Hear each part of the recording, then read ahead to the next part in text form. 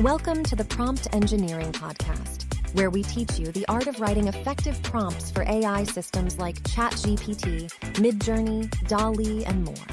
Here's your host, Greg Schwartz. Welcome to a joint episode of the Prompt Engineering Podcast and the How to Talk to AI podcast. We've got some awesome guests. So go ahead and introduce yourselves, guys. Yeah, I'm Aaron Patzer, the co-founder and CEO of Vital. And I'm Felix Brand, Vice President of Data Science at Vital. And they have a terrific product that they have launched today. We're going to hear all about it. I think it's something that will resonate with everyone and anyone that's been to the doctor and had questions about what was being told to them. Yes, Yeah. I already tested it after watching your talk. Cool. Really? Yeah, so I have sleep apnea. Yeah. I put in a long diagnosis with a bunch of stuff that I'm like, okay, I think I know what that is. I Yeah. don't know what the hell that is. Yeah. And it was like sleep apnea, obstructive, Yeah. and two other things. I'm Yeah. like, oh, Fantastic. okay, that's great. I think, like we said, what person hasn't seen a whole long list of doctor's notes or even been in a situation where you're maybe in an inpatient in the hospital and then doctor on rounds is coming by and telling you something at a million miles a minute because he's got 20 other Yeah. people to see. But it's probably important because it affects your own health and being, and like you're probably already out of it anyway because you're in the hospital. What a terrific way to provide Doctor's something. notes are really almost like a foreign language. Yeah.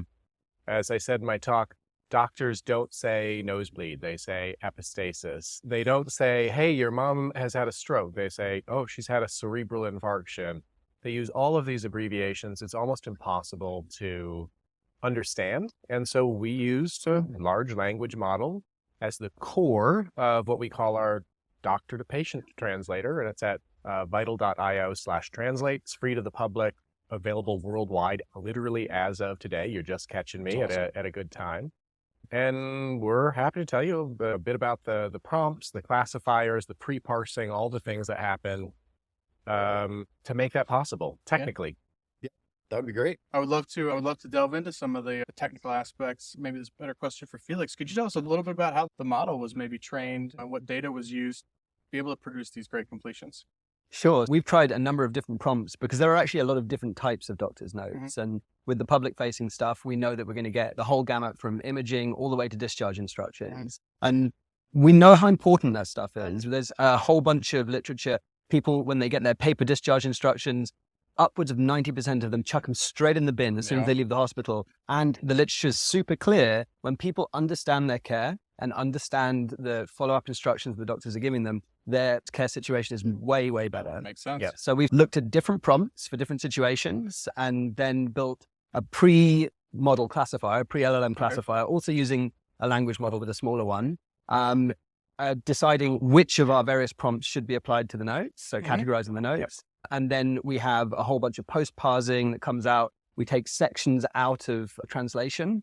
We plug those sections into different parts of the website. Maybe when you saw it, you could see that you get like a very brief summary and then also a much more sort of technical breakdown. Yes. So we're getting the LLM to pull out like a lot of information about what's in your doctor's note, but we want to show you in like a digestible summary first. Yeah.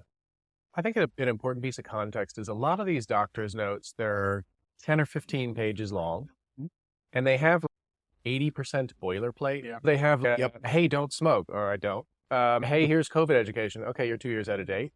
And they put a lot of filler in there. And this is actually just a fraction of our primary business. Our primary business is patient experience software. It guides you through an ER visit, or if you have to stay overnight in the hospital, it explains your lab results, how long you're going to wait, and then what your notes mean. Yeah. And it's because we have the experience with 1 million patients a year using it, we know the structure of notes from all over the country.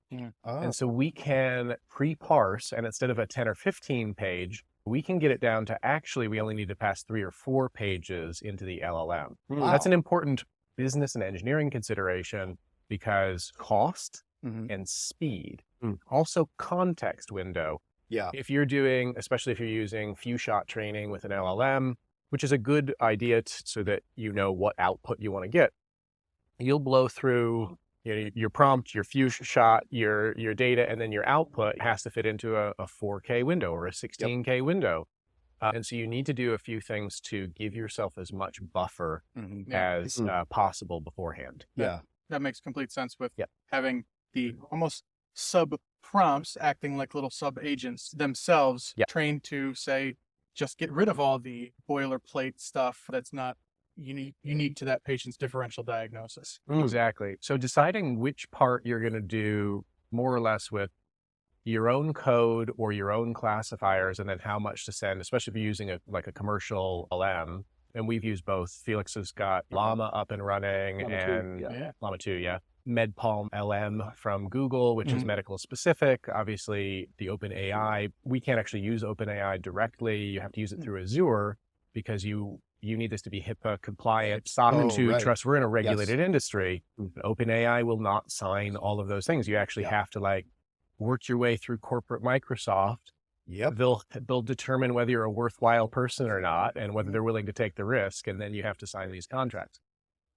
And so if you put all of it, you can, with a sophisticated prompt, put it all through like a GPT. You can say, classify this. Is this a discharge report? Is this a physical therapy report? Or is this a hostile input? By the way, you should always protect against hostile input. Yeah. Is this a non-English input? Okay. Is this something else entirely? So you want, and then in your prompt, you can say, based on the classification, then do this.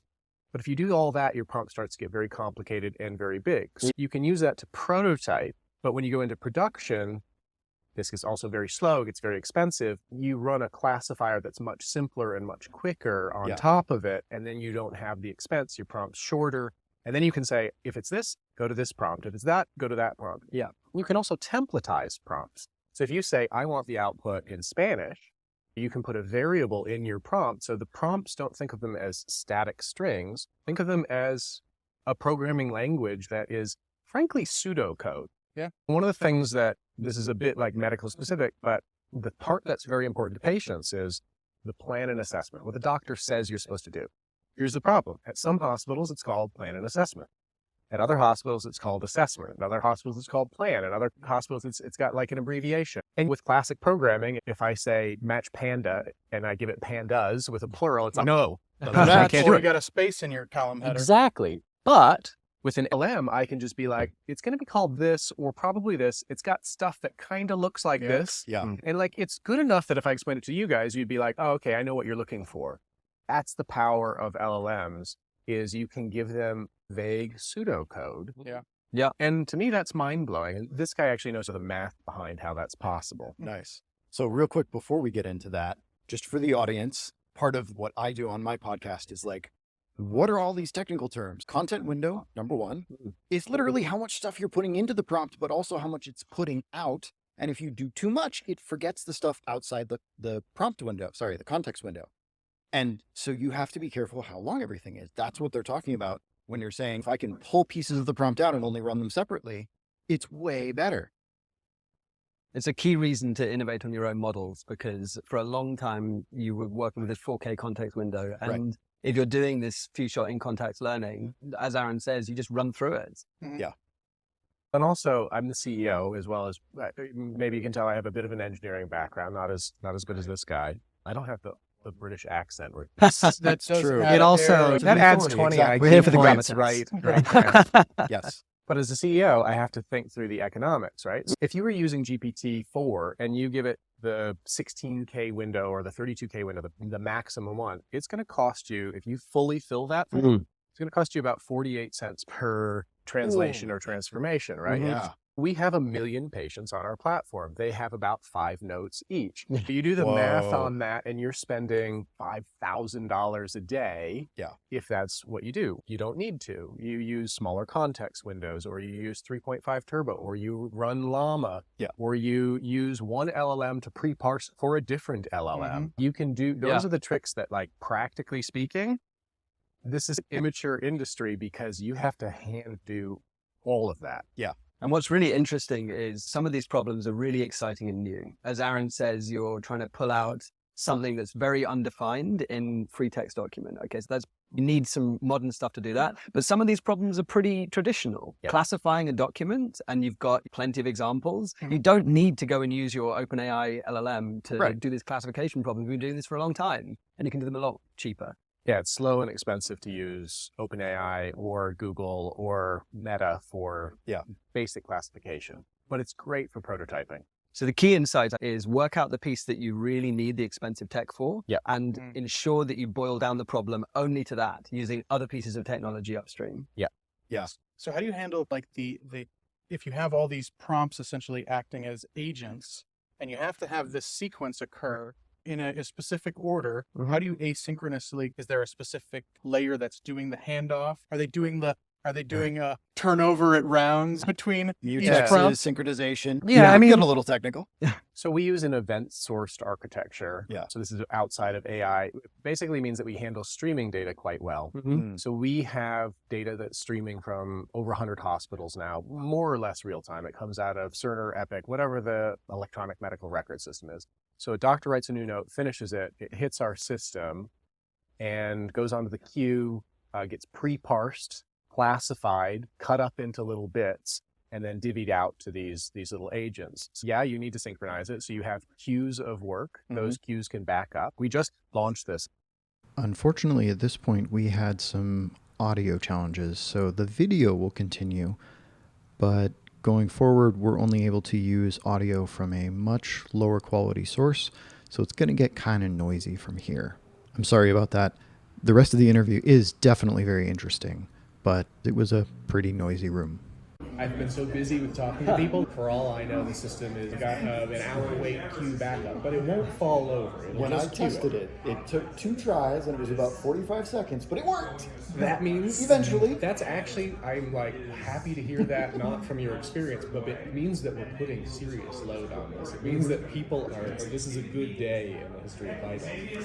But you have to have a robust architecture to handle that and not get things out of order and handle server restarts and all of that. So it's a pretty engineering response, but yeah, it can be handled. And to speak to Aaron's answer earlier, this is something new that we're doing, but we have, 4 products at the moment? Yes. We have a patient experience product, which is going to guide your experience through the emergency room. Yeah. And we're doing a bunch of AI there. We're predicting how long are you going to wait for a bed? How long are you going to wait until a doctor comes and sees you? Yes. What are the lab results that are coming back? What do they really mean for you? We've got a product for care teams. We're providing clinical decision support, alerting. So are you likely to get sepsis at some point in your stay? How likely are you to be admitted? Like allowing doctors to manage their workflows using this kind of alerting system. Nice. We've got a system which allows you to find follow-up care afterwards. Yep. And so basically, we've been doing this for a long time. We've been doing, 6 years 6 years in. Yeah, we've been dealing with this huge pipe of patient data for a long time. We're not new to this. The event sourcing stuff, that's not for the LLM stuff. That's running our systems. That's running our systems at 100 hospitals, 1 million patient visits. That stuff has been the easy part for sure. That's right. So if this sounds foreign, or if you don't have a system like that with the robust retry mechanism, it'll take you a couple of years of engineering to get to that rock solid system. That's some getting your hands dirty just in the muck, coding and debugging. Just with medical data, the messiest data I've worked with so far. That's a great segue maybe into. Can you tell us a little bit about the process that you had to go through to have an LLM handling HIPAA secure patient data? Because I know this is a big fear that a lot of enterprise customers have. We don't want our trade secrets to get out there. We have legal proprietary interactions with our clients. Tell us a little bit about that. We're in a regulated industry, right? This is fortunately or unfortunately not new to me. I was the founder of a company called Mint.com. We took the usernames and passwords for 25 million people and 100 million bank accounts. Including me. That was a long time ago. And me, actually. And have never had a security breach, at least to my knowledge. I sold the company about a decade ago. So we're used to dealing with sensitive information. You want outside penetration testing, outside audits. High trust is even more thorough, is routine outside security audits. Honestly, it can sometimes be a pain to log into our own systems, requiring multi-factor, fingerprints, and a drop of blood, but it is very secure. Give it some training data, right? And then you cannot do this with OpenAI. You have to go with Google will sign what's known as a BAA, a Business Associates Agreement, and it's part of the medical chain of liability that says, hey, we have the right insurance. If we mess up, we have to legally report it to you, and you have to report it back to the health system. Here's our security practices, and we have to look at those, and we have the whole compliance office to do all of this. And so you actually can't go, in some sense, with the LLM startups. Microsoft Azure was a fantastic choice to start out with. Google's been aggressive once they saw what we were doing, because this has been out internally in our products for 2 or 3 months. And but they're also Google and Microsoft. They know what they're doing when it comes to security. Yeah. Honestly, when it comes to medical information, it's all of the people who are still running local servers with. Yeah, that's it. Wow. You want to know why they have so many like malware attacks? They're on an old version of Windows. They don't patch their stuff, and they may or may not be the best IT people in the business. I absolutely trust the security of AWS and Microsoft and Google because they have too much to lose as public companies. We have a super secure system, and we trial it all the time. And obviously, our BAA includes none of our data being used for training and like online learning. Of course. Yeah. Nice. Speaking of the patient experience, right? Yeah. Is it a bespoke interaction each time I log onto the app, or does it keep my health record, so to speak, so I can refer back to the last time I used it? And then is that stored locally on my device, or is it used in any sort of process to make the tool better? So our primary business is a tool that guides you through your visit at an ER or inpatient, and that is visit-based. So we know what your health history is, and we might show you a little bit of your past visit, but it's meant to use at the time that you're at the hospital or the emergency room or having surgery or something like that. And it's just walking you through that experience and understand your lab results. These are the videos you should watch so you can understand it. These are the medications and what you need to know about the side effects. We give you access to that data for the couple weeks following your visit, but we always hand you off to the patient portal, at least for now. And I will be tight-lipped about whether you will ever have your full health history.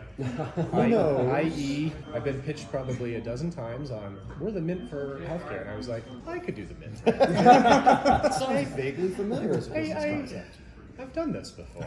So nothing to announce today. It's in the back of my mind. I mean, I'm sure people would, of course, it would resonate with someone to be able to query years and years of interactions, and not to mention the opportunities that if you apply some machine learning over top of some of that, diagnostic opportunities to catch things early. Now it's like you're inside what my long-term business vision is. Theoretically, I could calculate your health future if I had a big enough data set. And keep in mind that I at Vital we now see 2% of all emergency and hospital visits. That's probably plenty. I mean, for a startup that's been around for not that long, that's a pretty good sample size. We can see how diseases progress and that there's more of this type of fall in the winter than there is in the summer, right? Mm-hmm. And this, I know there's entire industries like the health insurance industry that has it modeled on curves exactly when you're going to die based on the fact that you went skydiving once when you were 31. Sure, yeah. I could probably predict whether Bird and Lime are doing business well based on the number of elbow injuries and wrist fractures that we can plot over time. That's unfortunately not a joke. Wow. Okay, then I have to ask, since Google got rid of the, I forget what they called it, but the flu predictor feature that they had for so long, is that something you guys might potentially bring back? No, we won't use that sort of stuff. It's really interesting, and we probably could do it internally. And we did come up with a COVID checker. We did come up with a COVID check that was used 1.5 million times. We were the first one out before Google, before Microsoft. CDC considered using us. I was literally on the phone with the White House task force in the middle of the night developing this thing. 1.5 million uses within the first month. We did the COVID checking for the state of Oregon, right? Yeah. The whole state. We pivoted the whole company as soon as the pandemic started. We said, okay, we've got all this health data coming in. We've got the data science chops. Let's try and do something as quickly as we can. Yeah. Nice. But the sort of North Star for the company is what's right for the patient. Will it improve patient outcomes? I'm really tired of most of healthcare. I'm looking at you, Medicare Advantage. who is frankly just financial arbitrage. Yeah. They're basically like, okay, so the government says New York's a more expensive place. We'll pay $1,400 a month for somebody over 65. Phoenix is cheaper, so we'll pay you $1,100.